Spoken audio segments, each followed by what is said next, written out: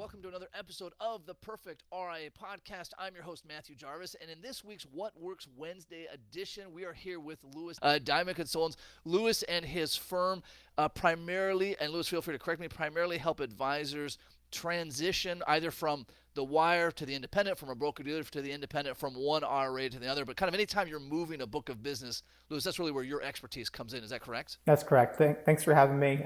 Really, anytime an advisor is moving firms, even if it's wirehouse to wirehouse or wirehouse to another W-2 model, that's where we come in.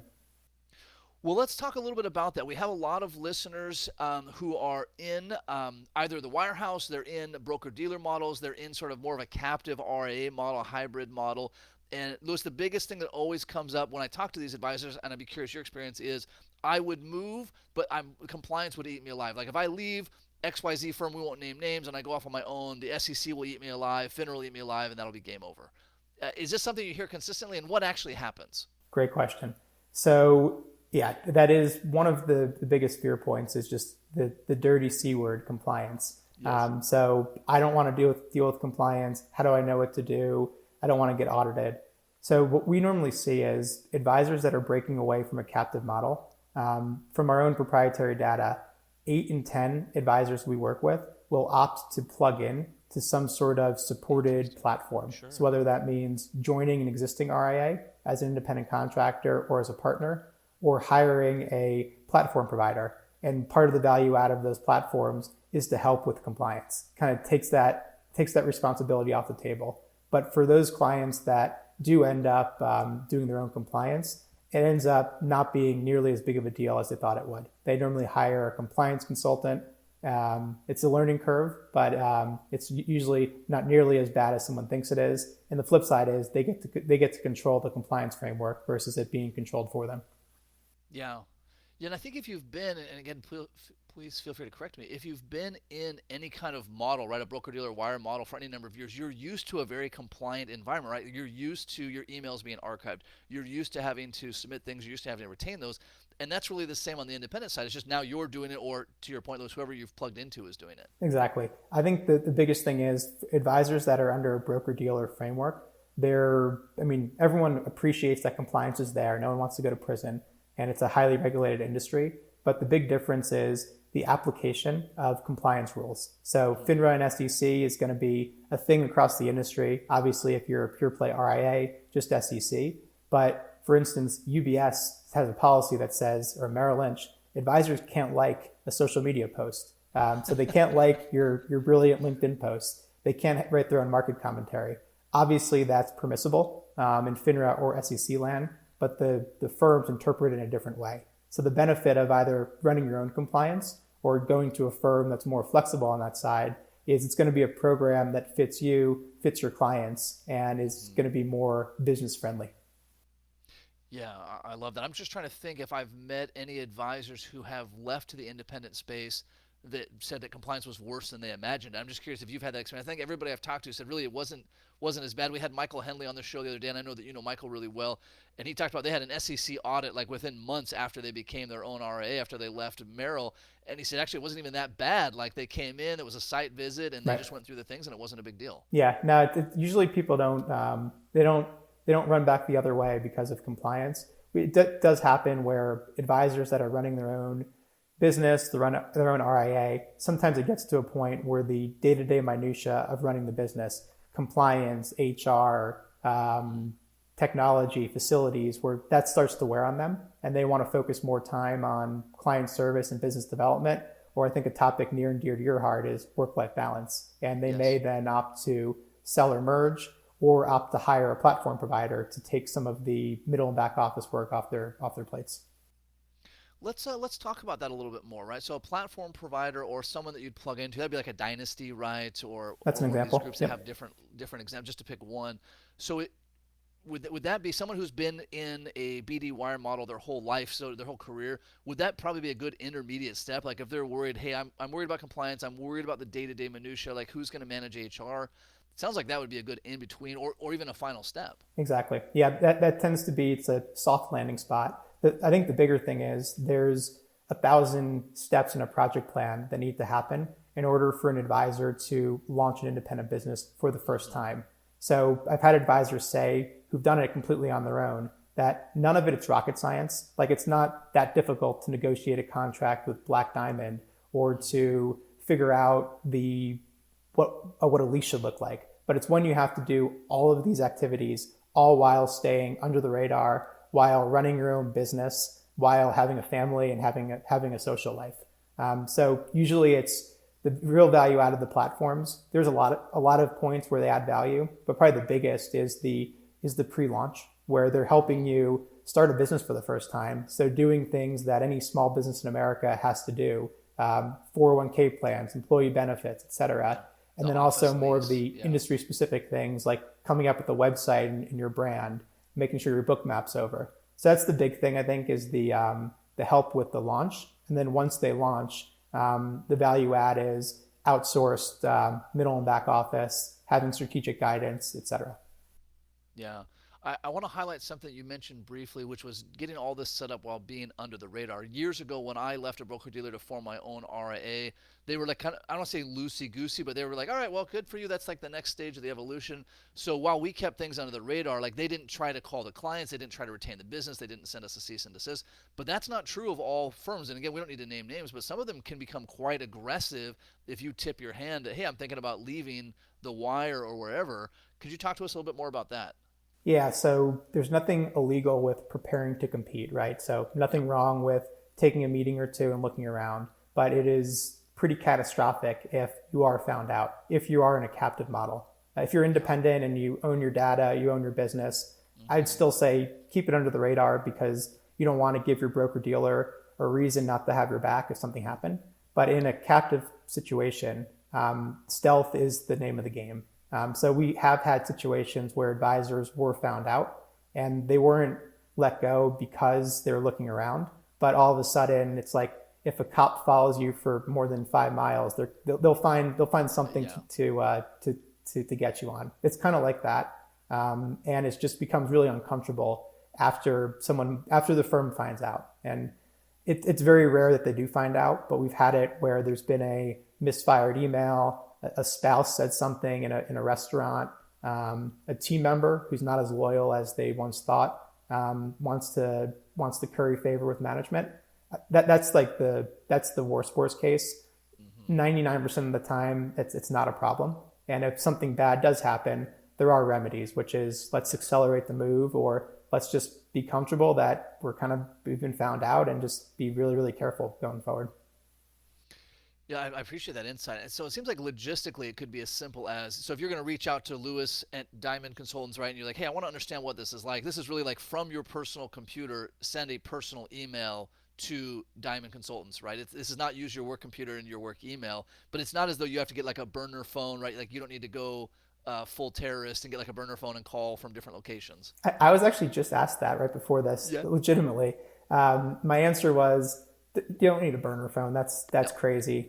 We've had people though create separate email accounts. So like due diligence 2022 at gmail.com. I think even that's kind of overkill. This group that did it because there's 3 partners. They each shared the login, and then it was kind of like a central repository where stuff could go. They were just worried that one of the guy's email addresses, I don't want to say the name, but let's say it was, of course not. His email was matt.jarvis@ubs.com. His Gmail account was mattjarvis@gmail.com. He just wanted to make sure that there wasn't like an accidental send. But yeah, I think it's just always personal devices, personal emails. Even if a firm issues you like issues you a laptop, or sometimes firms give separate cell phones, just to be safe, I wouldn't use those devices. But otherwise, just common sense stuff works. Yeah. Well, and highlight on the point that you mentioned about team members or whoever else. This is really something that you want to keep completely under your hat until all the dice, everything's in a row, right? If there's a time to go to your team and say, guess what, in 2 weeks we're going to do this, and here's why it's a good move and whatnot. This isn't something you say to your branch manager like, hey, I was realizing that my overrides are pretty high, and I'm talking to Lewis and a couple other guys. What do you think about that, right? So you need to be smart about this. Business is business. I know you've got a friendly relationship with these people. They're, at the end of the day, this is a business. These aren't your friends. Like, this is real deal. Yeah, I've had someone tell me in every transition, someone's going to be hurt, right? Yes. Like The advisor might be hurt because not every client's coming. The manager is hurt because their compensation is tied to you being in the branch. The firm you're leaving is hurt. So there's always someone who is a stakeholder or who's impacted. So at the end of the day, it's business. It's not personal. Even if you have a really good relationship with your branch manager, at the end of the day, you got to think that the firm, if you did something wrong, the firm wouldn't think twice about getting rid of you. If you no longer serve them, and the same thinking is true. Relationships, if it's a good relationship, will still be there, even if it's uncomfortable for a while. But you got to first and foremost protect your business, protect your clients, and everything else tends to work out if you keep that mindset. I love that. Lewis, at what point does it make sense for someone to reach out to a consultant like you and to say, hey, listen, I need to explore my options. Like, I've been in this captive model, I've been in this wire model. I at least want to make an educated, informed decision. Like, maybe it does make the most sense for you to stay at the wire or the captive. But at what point do people reach out to you to start exploring what these other options are? Yeah, so I mean, we have the longest sales cycle in the history of business. I'm very comfortable making that claim. We have relationships that are 10, 12, 15 plus years long, where we're talking to these advisors every couple of months, just kind of keeping them informed. They have questions, they reach out. So honestly, it's never too early to at least understand a plan B. You never know how the industry can change. And you always want to stress test that you're in the absolute best spot for your clients and for your business. So that's just the first disclaimer. But usually advisors reach out to us or we start engaging with them when they're at a point where there's enough of a dissatisfaction or an unhappiness where it's worth it for them to expend some time on due diligence. Due diligence, for anyone that's listening that's done it, it could be pretty overwhelming. There's a million different options these days for advisors. So 10 years ago, if a $1 million plus producer wanted to leave a wirehouse, they likely considered 3 or 4 different firms. Now there's probably 400 different ones they can go to. So our job and where we help is to learn about what they're looking to solve for, what are the goals, what's most important, what's their time horizon before retirement or exiting, what do they need to run their business? Do we need alternatives? Do we need some specialized planning resources, et cetera? We'll then match that up with 400 different firms that we have in our arsenal. So it's not that we recommend that an advisor talks to 400 firms.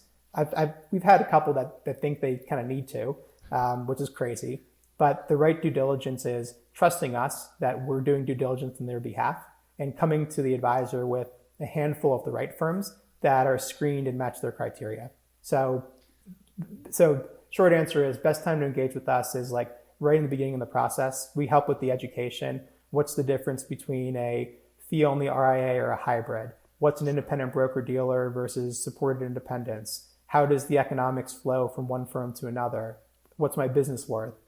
We'll help with all of that and then help bring order to the overall process. Lewis, can you give us any kind of idea in hours, like let's call it stage 1 of that due diligence, right? So I've got some discomfort with my wire, my BD. I've noticed that their override is getting larger and larger, or that I can't like social media posts. Like I said, this is more than just like a 30-minute phone call, right? So I'm trying to find a balance of how much discomfort do I need relative to how much time I need to think for this first phase to really get a good idea. That's a good question. Yeah, I mean, every advisor kind of takes in information differently. There's some advisors that need to test drive 20 different cars before they pick the one that's best for them. Others who say, I'm going to read consumer reports. I'm going to buy the Hyundai Tucson because it has the top rating. So some of it depends upon that, just how people take in information. I would say to feel like, okay, I got my finger on the pulse. I'm educated. I would say give us 2 to 3 hours. Doesn't have to be, not all at once, maybe 2 or 3 different meetings. And we'll take you through an assessment that we have. It's a 20-question assessment just to understand your goals and objectives. And it's pretty helpful just to put on paper what you're looking to do. And then we'll take probably 2 hours to go through the landscape of the industry and to just answer questions. How do I access lending if I'm independent? Will my alternative investments transfer? What are manager fees at XYZ type of firm? So just stuff like that, where we've been doing this for 25 plus years. We've moved over 300 billion of assets in actually just since 2005. So we're experts in this, and Yeah. you've only done this probably once or twice, maybe never. And Yeah. this is what we do all day long. So let us kind of instill our knowledge in you in a very efficient way. Yeah, I like that. So that's not even an enormous commitment. I was talking to a buddy of mine, and he's paying a couple $100,000 a year in overrides to his captive BD. And it's like, all right, great. That's a lot of money. If it takes 2 to 4, let's even call it 6 hours, right? So 1 day worth of time to really explore your options. Then you can decide, yep, you know what, this override's worth it. I'm going to stay here. Or in fact, it's not. And now let me go the next level and decide, all right, what's a path out of here? Yeah, exactly. So, I mean, we can only do so much, right? At the end of the day, the advisor has to test drive the technology, and we're not experts on every aspect of a business. So I think it's like I said, the 2 to 3 hours just for like the foundational educational stuff. Maybe there's something we mentioned that piques your interest, and then from Sure. there, it's let us kind of do some homework for you. Let's get some questions answered without you having to engage. Let's come back with a short list of options, and then obviously it's a more time intensive process to vet 3 or 4 or 5 different firms and meet the various experts and figure out how your business can translate to that platform. I love that. Lewis, in our last few minutes together, what do you think are some of the most common misconceptions or the most common mistakes that advisors are making in this process as they're looking from one option to the next? Yeah, I think one is trying to bite off more than they can chew. So it's we've had plenty of advisors that just they feel like they have to look at like every firm. They'll answer the phone when XYZ firm calls, and my friend went here, I should talk to them, and this guy next door to me runs this RIA, and it's just Sure. it without our belief is without an assessment and without beginning with the end in mind, you're doing yourself a disservice. So it's just kind of taking stuff reactively instead of being more proactive and strategic about due diligence. That's a huge potential mistake. Um, Yeah. Another one I'll give you is overestimating the is actually sorry underestimating the amount of time that doing due diligence actually means. So some people just think, oh, we'll do it really quick. We can get an offer in like 5 minutes. If you're really going to do this, do it right. Put your best foot forward. You don't want to be labeled as a tire kicker by firms. You want firms to, or broker dealers or platforms or custodians to be really excited about you. And it's just disingenuous to them and even to yourself to be kind of half-hearted in it. Like part of what we can do is we can tell you, okay, what are recruitment packages like? What are valuations like? What can we expect in payouts? We know enough to tell you. It's not going to be a binding offer, but let us kind of do that kind of homework for you so you don't have to expose yourself and you don't have to spend time kind of going through the process. Yeah. Lewis, one of my last questions for you. We talked a lot about people being in the wires and the captive space. What about totally standalone independent RIAs that, as you kind of mentioned earlier, they're saying, like, I'm tired of the day-to-day minutia that are saying, hey, I need some help here. Like, I need some support. Can they also reach out to you and say, great, what are options available? Like, if I want to take, I don't want to say a step back, but if I want to plug into a bigger model. Absolutely. Yeah, we'll do probably 5 to 6 transactions a year where it's an advisor who's been independent. A lot of times they're one-man bands. They're the lead advisor, they're the portfolio manager, they're the compliance guy, they're the marketing guy, and it just kind of wears on them. And maybe for the last couple of years of their career, they want to focus more on just growing the business and doing what they enjoy. So that definitely happens, and a solution for that could be merging the business. So exchanging equity, doing more of an actual transaction. It could be selling, or it could be let's shut down the RIA or wind it down, and let's affiliate with an RIA or a platform that can help me with all these things. Of course, with any of them, there's trade-offs. So you're trading likely ongoing economics in the short term, but you would do it because you thought you can grow faster if you all of a sudden had more capacity, or you'd enjoy your profession more if you didn't have to do all these things. And then, of course, we do plenty of transactions where it's someone who's looking at trying to solve for things that they can't just on their own, either because they lack the scale, they lack the infrastructure, they don't have the right team behind them, they don't have a succession plan. So if you're independent, I mean, the world's your oyster. There's so many different options, and you don't only have to think about selling. There's other ways to, I think, get from here to there and still accomplish your goals. I love that.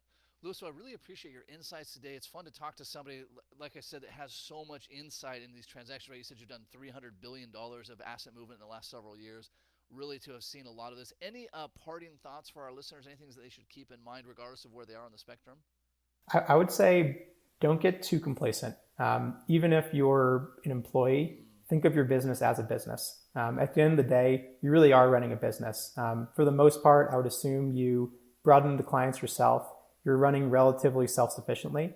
So think of your business as a business, meaning think about how to maximize your career enterprise value. That's a term that we use often.